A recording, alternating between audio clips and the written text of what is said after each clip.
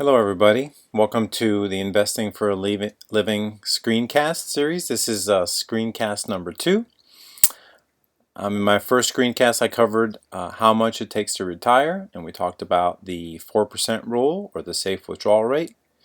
And in this screencast I wanted to talk about how that's actually implemented, because it can be a bit confusing and it's not as simple as just taking 4% of whatever money you have every year. Okay, so again, I'll try and keep this short. If you have questions, please post them in the comments and I'll do my best to get back to you as soon as I can. All right, here we go. All right, how do we implement the 4% rule of thumb, or SWR? Now let's remember that the goal of this rule is to keep the standard of living the same for 30 years in the retirement period. And how does it do that? It tries to keep inflation adjusted spending the same. So it assumes that your cost of living goes up by inflation every year. So in order to keep the same standard of living, you need to adjust that spending every year. And the second goal is obviously we don't want to run out of money. So all the portfolio's survival is 100%. That means this rule worked for every single retiree in history, starting back in 1929 through the end of 2014. So that's the 1929 retiree, the 1930 retiree, the 1931 retiree, etc., etc., etc., all the way through the 1985 retiree, which is the last full 30-year period that we have data for. Okay, and so the goal there is to keep the portfolio value greater than or equal to 0 at the end of 30 years for all those retirees. So that means as soon as one of those portfolios goes to 0, the rule fails. So the 4% rule worked for all those people. So that means a lot of people ended up with more money than 0, but at least one of those retirees ended up with 0. And I'll tell you who those unlucky people were. Okay, so now let's get to the implementation. All right, 4% rule. So let's, as an example, say you have a portfolio of $1 million, just to make the math easy. And it's divided into 60% stocks and 40% bonds, which is the most popular portfolio allocation. So what you do with the 4% rule is at the beginning of year 1 of the retirement period, you take 4% of that portfolio. So 4% of $1 million is $40,000, and that's what you have to spend for that year. Pretty simple. The surprising thing is that you never use that 4% number again. I know it sounds kind of crazy, but this is how it works. So now we're going through year 1. So at the end of year 1, so we took $40,000 out in January 1st. At the end of the year, December 31st, we have X amount of dollars left based on how the 60-40 portfolio did. Turns out that it doesn't matter how it did, and I'll tell you why. But we have X dollars, and I used X because it turns out that it doesn't matter. So at the end of the year, we take our $40,000 in spending. We need to adjust that amount for the cost of living. So let's say, for example, the inflation was, as measured by the Consumer Price Index, was 5% that year. It's a high number, but it just makes the math easy for me. So $40,000 increased by 5% is $42,000. So before you start year 2, you would take $42,000, withdraw it from the portfolio, and that's how much money you have to spend for year 2. So you have $42,000 to spend. What happens in year 3? Same thing, right? You just repeat this steps here on the right. You repeat it for the next 29 years. And that's it. So again, surprisingly, let me just try and circle that. I can't. The 4% rule, the 4% is only used once. That's important point number 1. It's used at the beginning, and then every year you just adjust the spending for inflation. And point number 2 is that the actual portfolio value you never look at again. Obviously you're going to look at it, but in theory here you never use that subsequent portfolio values to make any decisions. So you can probably see a few issues or a few improvements we can make to this, but this is how the rules work, and this is how they came up with the 4% number instead of any other number. Okay, so you can use this for reference, and this is how the rule works. Now I want to take a look at some examples. So the outcome for every single retiree, this is assuming there's one retiree per year, will be different. So and a lot of it kind of depends on luck.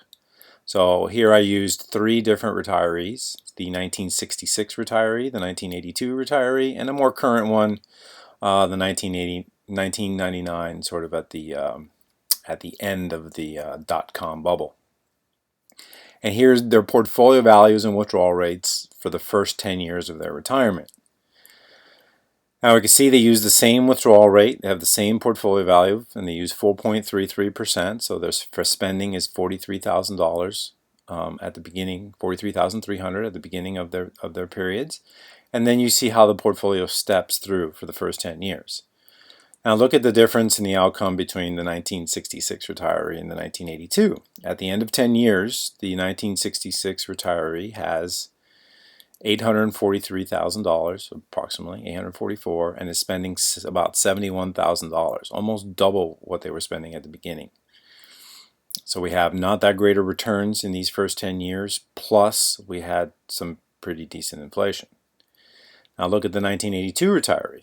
They were lucky enough to retire at the beginning of the biggest bull market ever.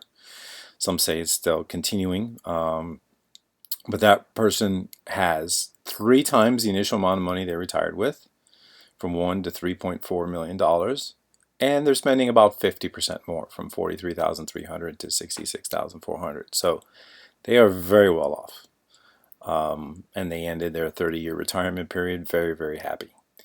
The 1999 retiree, at the end of the first 10 years, was not looking so good. They had $782,000, less than the 1966 retiree, but they weren't spending as much. They were lucky enough where inflation wasn't very high, so they're not spending a lot. So it turns out that the 1999 retiree was in a better situation than the 1966 retiree, despite having less value in their portfolio. So the important thing is your spending in relation to your portfolio, right? So it turns out if we fast forward another 7 years, the 2008 to 2020, end of 2014, that 1999 retiree is doing just fine. We had a 6-year bull market. Everything's just hunky-dory. They're going to survive. So they're not going to reset the 4% rule.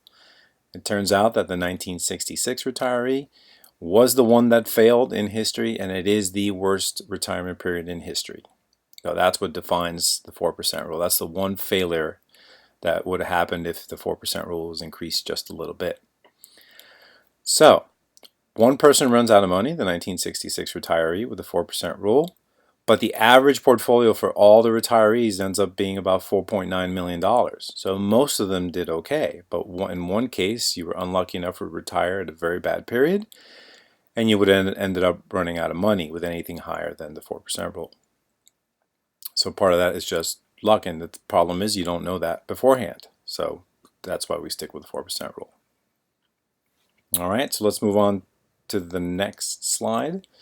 So I want to summarize here. The 4% rule is not 4% of the portfolio value every year. There's actually a name for that rule. It's different. It's called the fixed percentage rule, not surprisingly. That rule meets one of our goals. You will never run out of money taking 4% of your portfolio value every year. 4% of a penny is still a positive number. But obviously it doesn't meet the second goal of keeping spending the same or maintaining your standard of living. Okay? The 4% rule that we use is it represents the initial value of the portfolio. Right? All future years are adjust spending by inflation. Okay, so we never really care about the portfolio. Now that's not really reality, but that's the way the rule works. So obviously, hopefully you can see some improvements here that could be made. So for example, maybe we should use some indicator that actually looks at current portfolio value. Number one, just in case we're getting in trouble when we're withdrawing too much, maybe it's an early warning indicator. And we do have one of those. Or maybe things are going great, like the 1982 retiree, and we can actually spend more. So that would be good to use. So we'll talk about that in a future screencast. Number two, there could be different adjustments to spending. So the most simple one is maybe our spending won't go up with inflation as measured by the Consumer Price Index. Turns out most people will spend less than that. That's what the data shows. But there is some people that maybe spend more based on health issues or what have you. So, and then the second thing we could do is actually adjust spending to current portfolio value. Maybe when times are tough, we can cut back, use a little more flexibility, and that would improve the 4% rule. And then obviously the third one would be, is there something better than 60-40 we can use? Or maybe 60-40 is too aggressive for some people and they would feel better using something else.